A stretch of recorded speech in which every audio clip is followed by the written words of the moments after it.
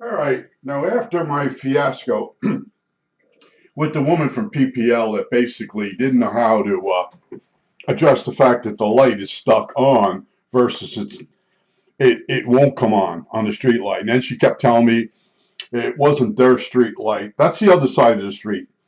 I understand the confusion, but she wouldn't listen to me. She wouldn't give me somebody else. So I basically called her stupid, hung up on her. Then I got to thinking, I'll call the town. And the town woman said she'd take care of it for me.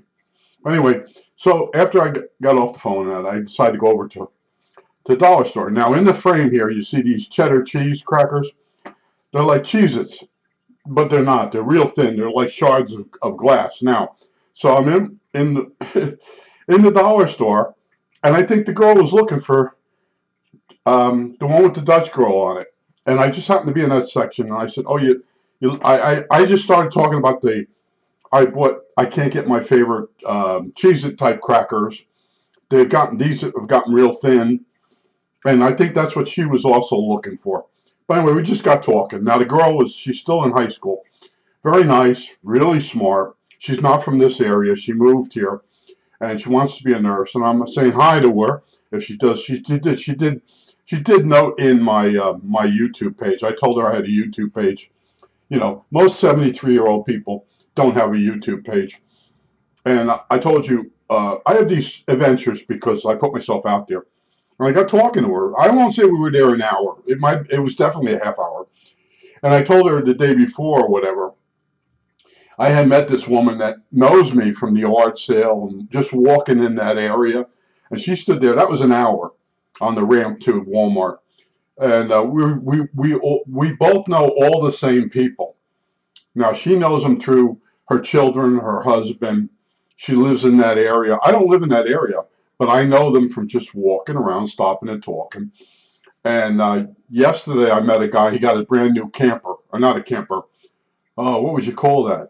Let's just call it a huge Winnebago. I don't know the brand he had, and I was wishing him good luck. And anyway, what did he say he did for a living?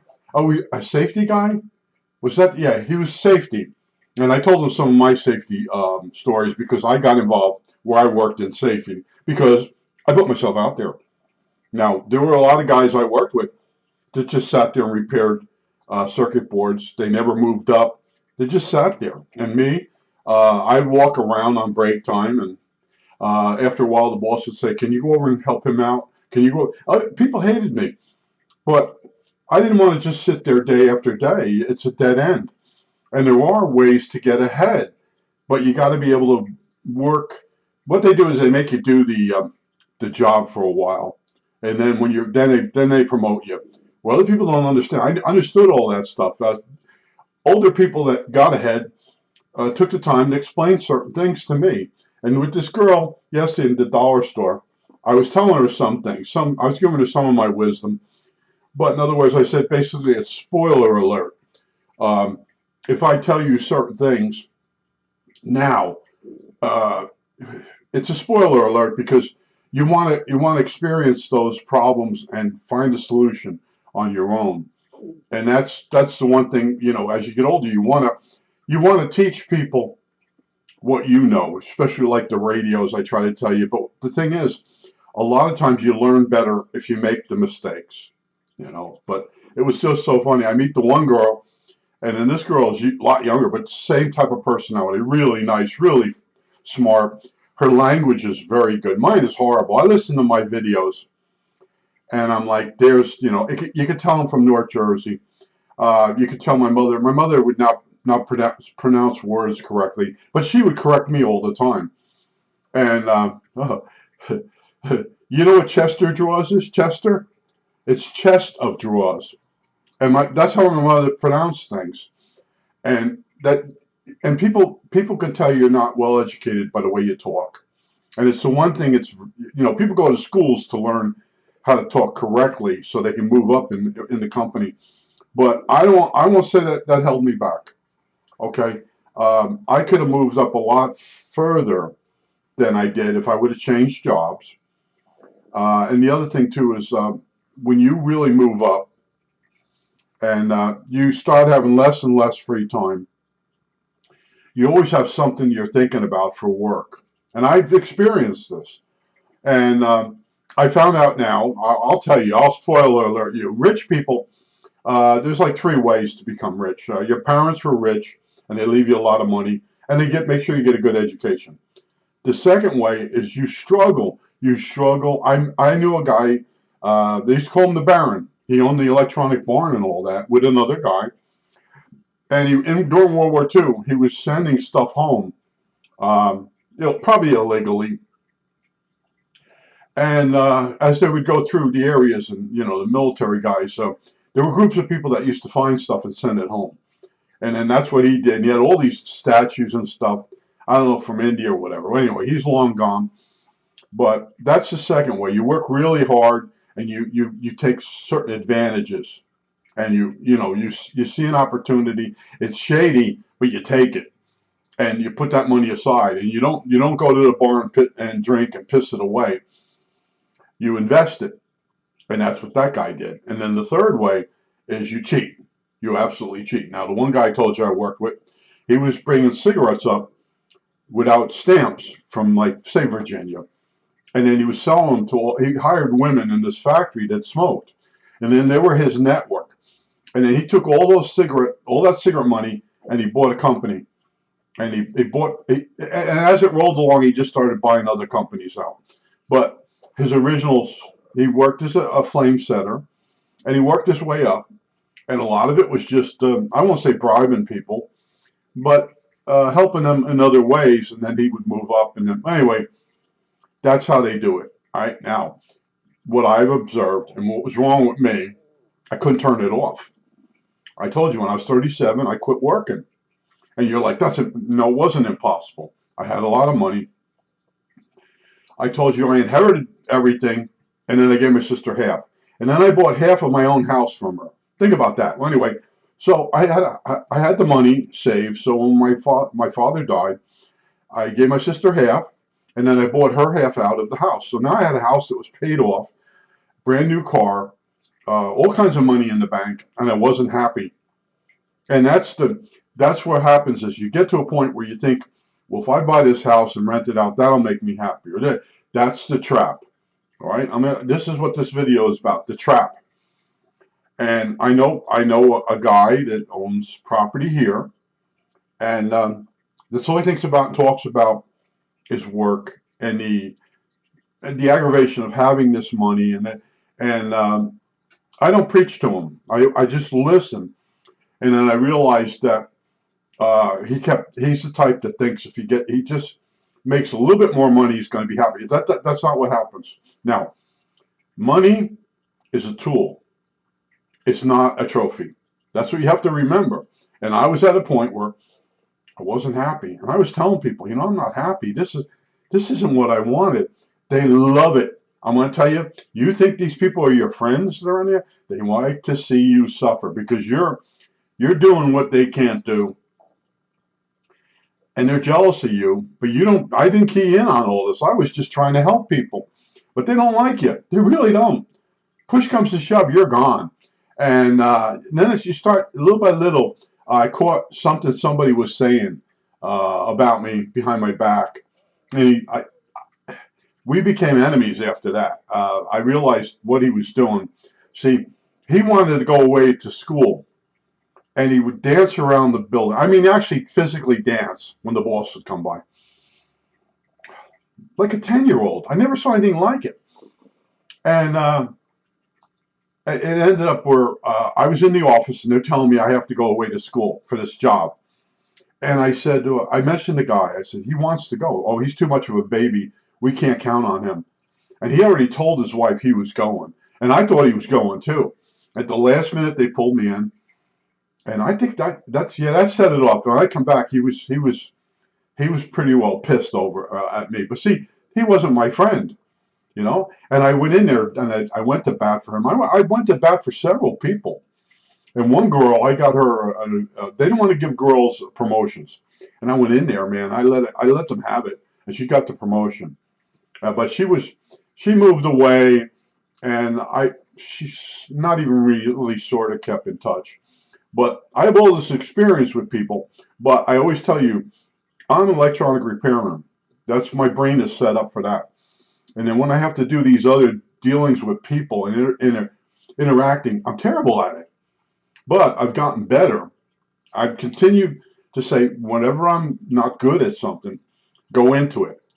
Try to get a little bit better. If you may not conquer it, but at least when something goes wrong, try to figure out why did it go wrong. There's the secret. It's the same for repair. When you work on a radio and if something doesn't work, it's not working. You're like, well, why doesn't it work? Well, am I in the wrong spot? Why? There's a couple of little tricks. The AGC line can make you nuts, and that's because the signal, when it gets stronger, they pick it off at the volume control, and then they feed it back to the front of the radio. And what that does is when you go on a strong station, the volume gets louder, but you can't see that volume. Your volume, you set your volume, it's automatic volume, but there's a spot where it does get higher and louder, and you pick that off and put it back into the front of the radio to cut it back. So when you go from a weak station, there's very little feedback, so it turns the gain of the radio all the way up. If you go to a strong station, it cuts it back. This prevents overload and distortion. All right, it's very simple, but that line there, if you're not aware that that's there, and Shango knows there's one capacitor in a transistor radio. He checks first, and he'll say it's the AGC capacitor. That gets rid of most of the distortion. He knows. He goes for that thing. And I was never good at the AGC line. I would find it eventually, but there's a certain way to understand it, and I just explained it to you. And I try to help people. And what you see, like I give you videos about me bumping into people and talking to them, and asking them questions. And I know how I feel about something, or I think about something, but I like to hear what the other person says. And then you'll meet a kindred spirit. I think I'm saying the word right, kindred spirit. Some of you guys out there are really good with language. The guy did the Dorito or whatever it is, the straight line wins. Instead of it being a tornado, it just comes along in a straight line, hits a wide area. We had it bad here. It knocked down trees, limbs, knocked power out. My power stayed on here. I only lost little tiny branches, but as I went walking, there it is. There's an opening line.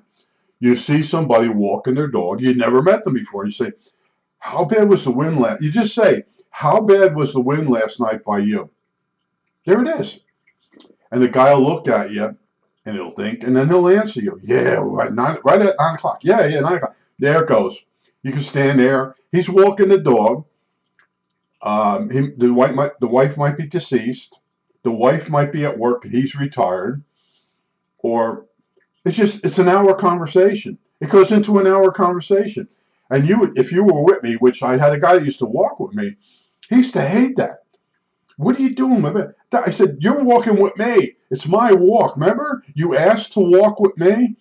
Oh, you can't change my walk. This is what I do. So then later on, there were people that I bumped into that had old cars. He loved that.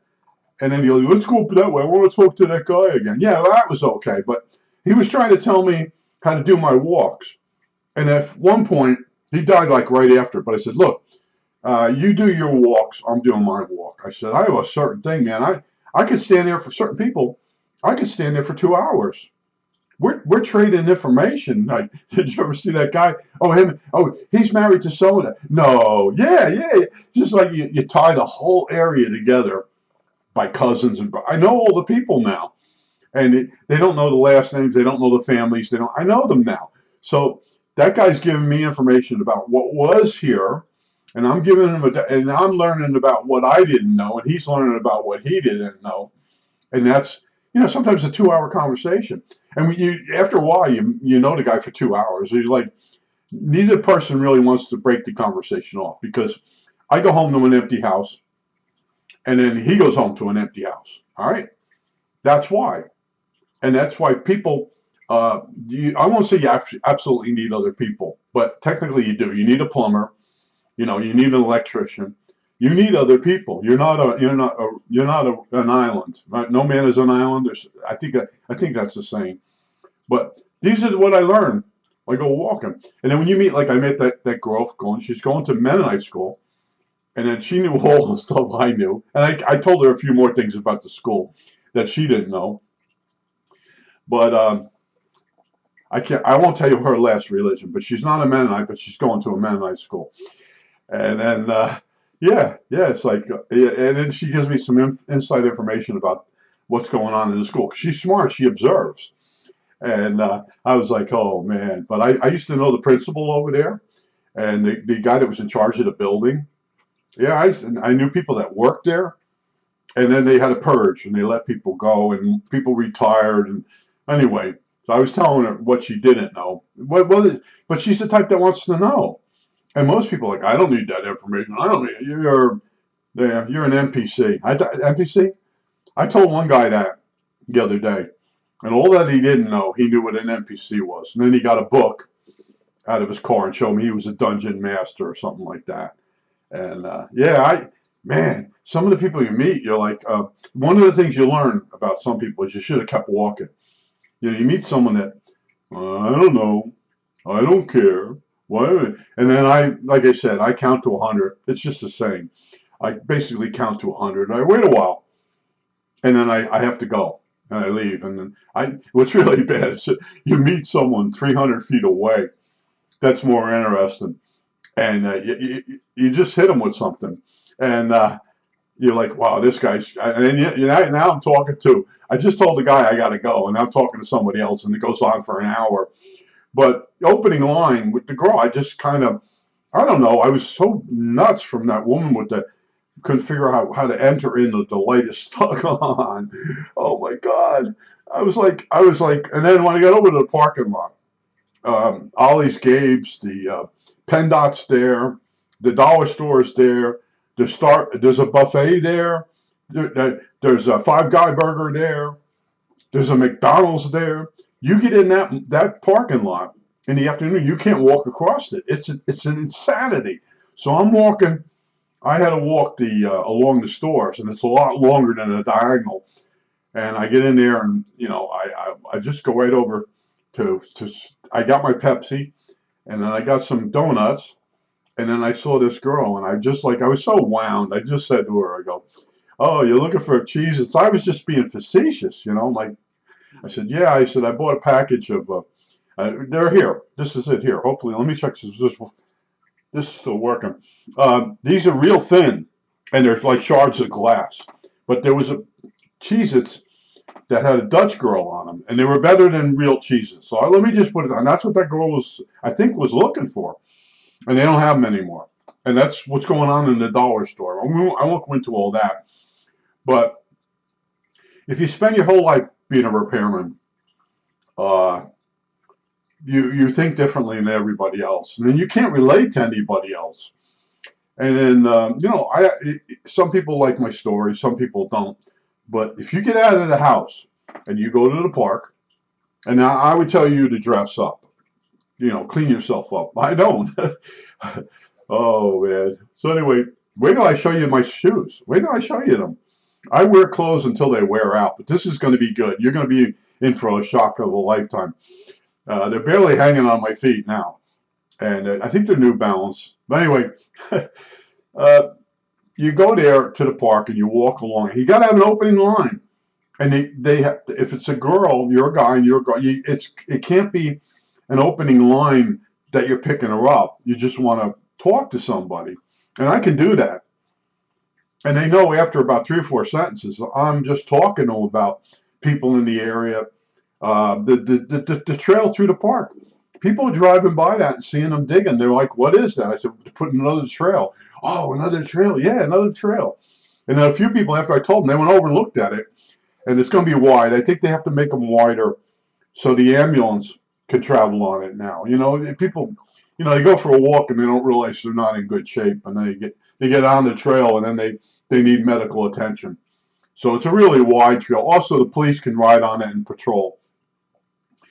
But a couple of people I met, they go, "Yeah, you're right. It was a trail." I went over and looked at it. I said, "I hope they get it done before. I just hope they get it done this year so I can walk it. It's not a long trail. It's just another add-on, but it's supposed to go really far from the Flory Park all the way up to the community park, under the highway and the whole thing. And I've been hearing about this now. I would say over one half of it's done, maybe more. The trails are up in the other park, and the trails are now down in Flory Park. And then there's a trail behind my neighborhood.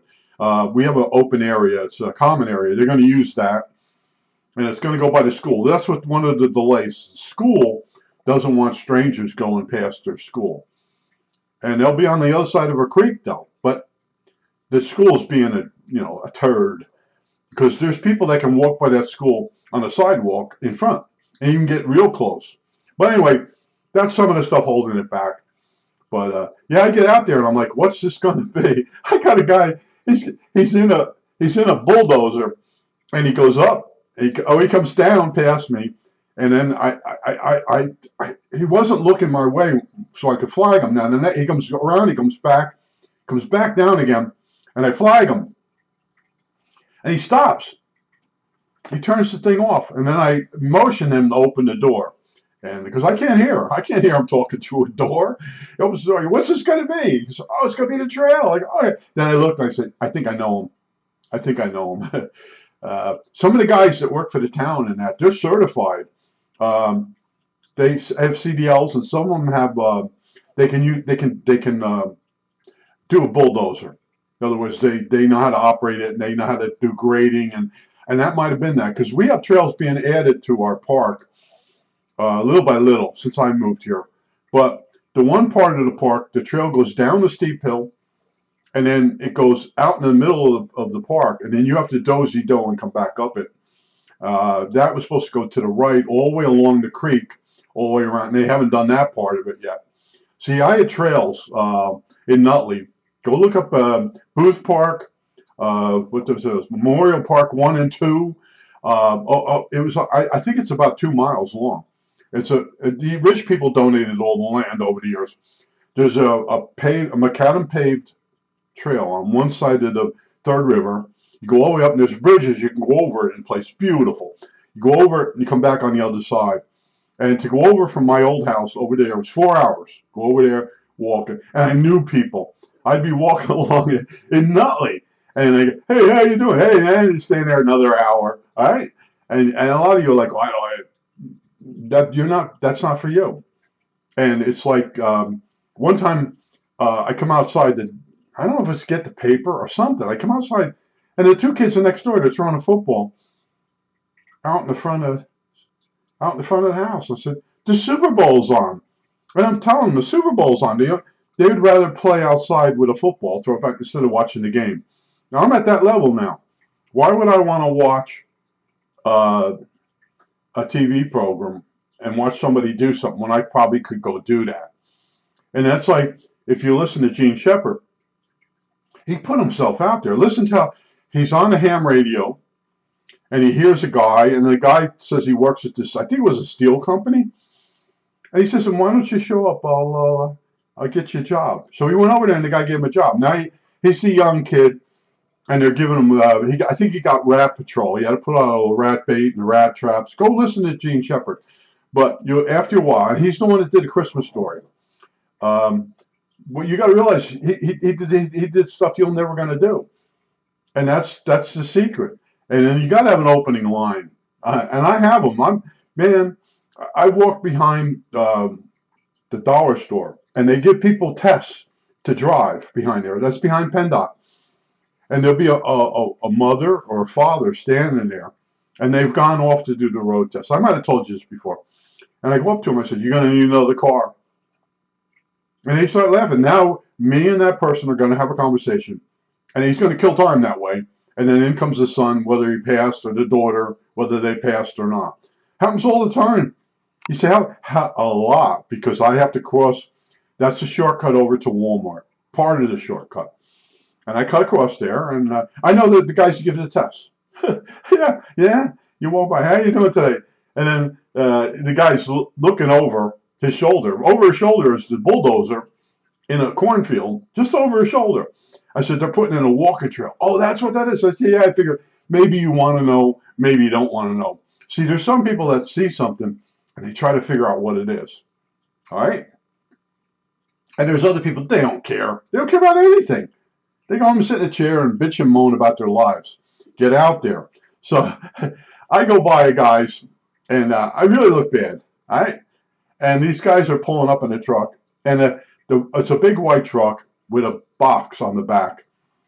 And I'm looking at them, I go, that's a camera truck. It's for sewerage. And I look, and they got a leaf sucker rubber machine. So I went over there and I said, you guys got a clog? No. So so the guy starts telling me about the camera, and I actually helped the guy put the camera in my street. Now what you do is you take the hydro hose, which is a hose, when you pressurize it with water, it shoots backwards and pulls the hose through the pipe. You put a cable on that, and then you fire it up, and it goes down to the other end of the block. And you go down and get the cable, and you put it up over a pulley, and then send it back. And then on that wire, you put a camera that looks like a little bulldozer.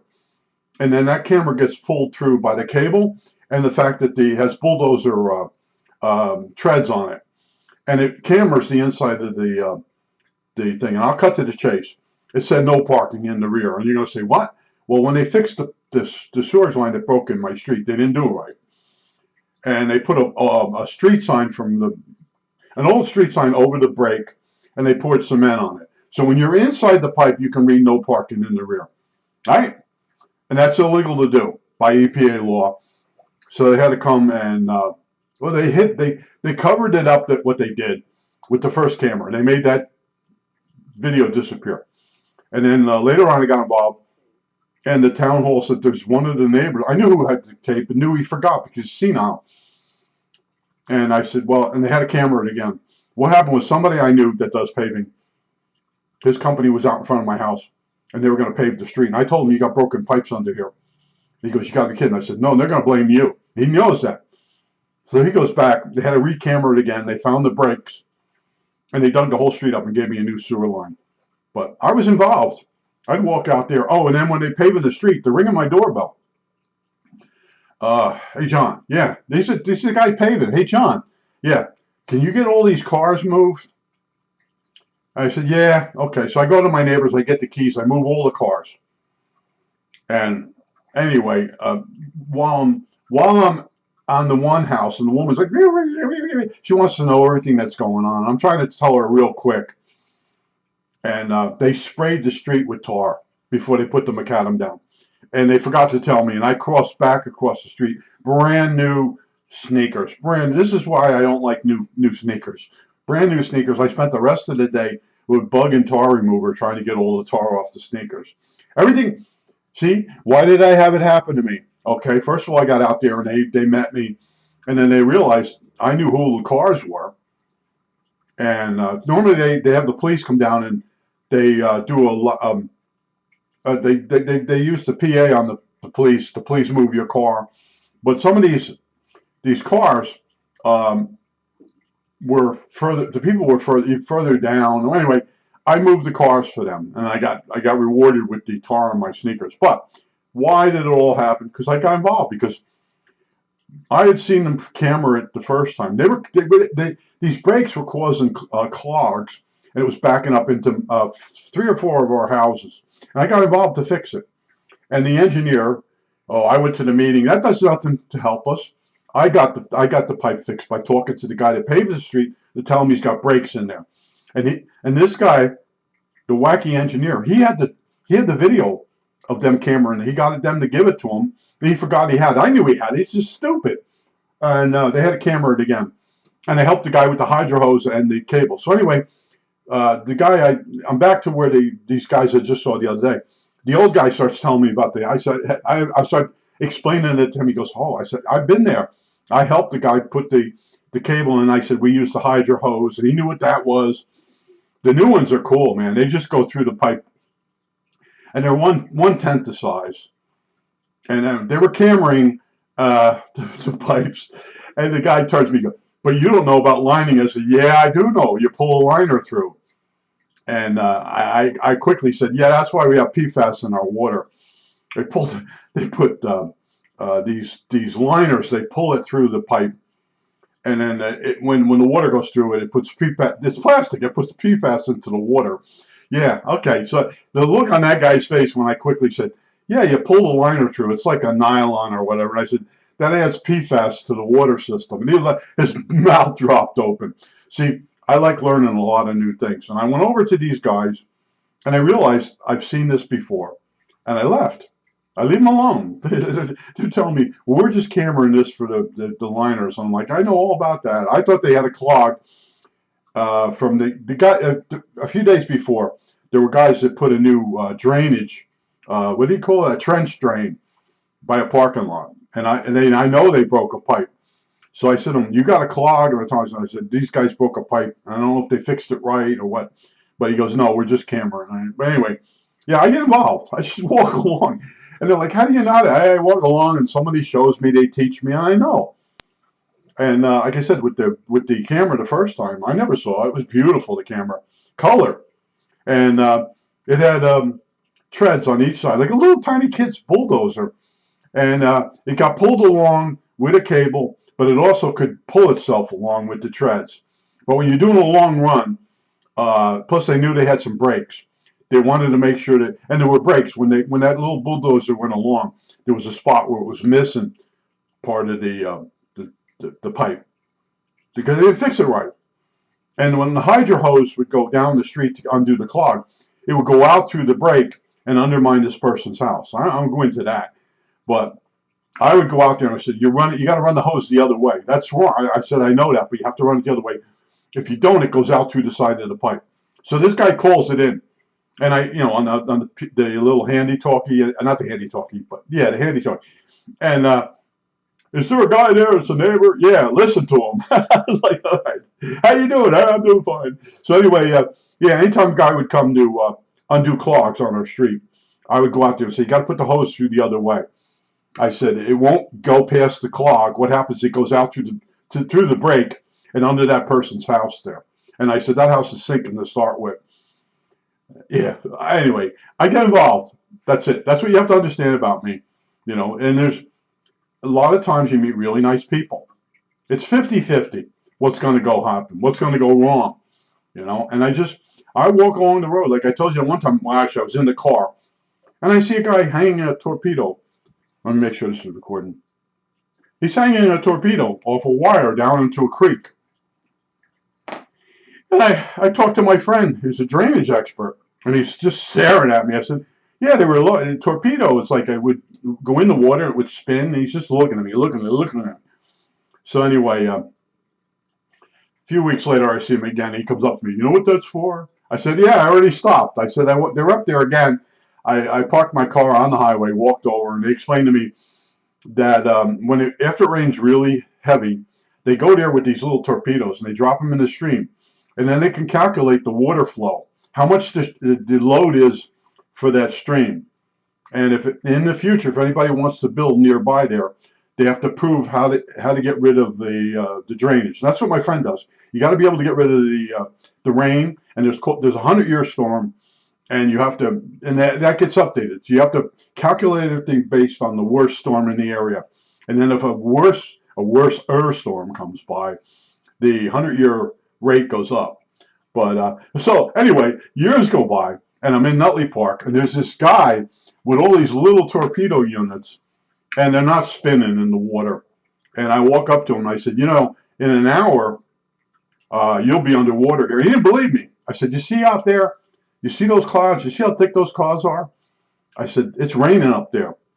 And this goes up there. Third River.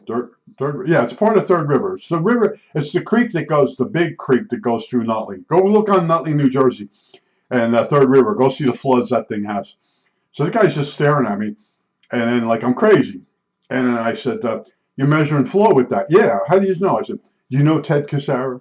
Yeah, he's one of our alumni from yeah. Okay. He's a drainage engineer. Yeah, I know him. But Ted didn't know what the torpedo thing was. But then a few weeks later, he knew what it was. But I saw it probably on a big highway project, and it was the latest technology. I went by it, and I was like, so sorry I went by it. And then I got a chance to stop on the highway, and I did. I stopped the car, and I got out. What the hell is that thing? I sort of knew it was going to spin in the water, but he explained to me I understand 100-year storms, but in other words, he explained to me the calculations, and he had a calculator. It was HP, real the one with it's basically a slide rule, I think. Yeah, he had that there, and I said, I got it, I got it, I got it. I just was, I was sure you were measuring flow, but I wanted to be certain. But that's how I am, man. You just like, and that guy walking with me every day. Why are you going over there? Now he had a thing with dead animals. Oh yeah, yeah, yeah. I have a problem with wanting to ask people questions. What is that? How does that work? But he was in Vietnam, and he would see a dead deer in several places. He would just stand and stare. And over by the stupid ramp again, I told you a story about the one deer, and then the woman got it butchered, and she wanted to give me some of it. But right in that section, a little baby deer got hit, and this guy just stood there, and I saw a police car, and he was sitting in the park. I said, "Can you call a dead deer in?" And he goes, "Is that what you're?" I said, "Yeah." I said, "My friend was in Vietnam. He's standing there looking at the dead baby deer." And he's sad. He's all upset that the baby deer got hit by a car. She goes, "Yeah, I can call it in." So he called it in. And then we went for a walk in the neighborhood, which he would walk in because he talked to the old guy about cars. But that guy died within 3 days of him.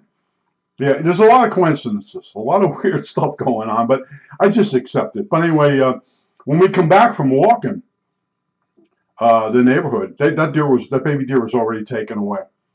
And he couldn't stand there. Yeah, he would stop and stare at dead animals.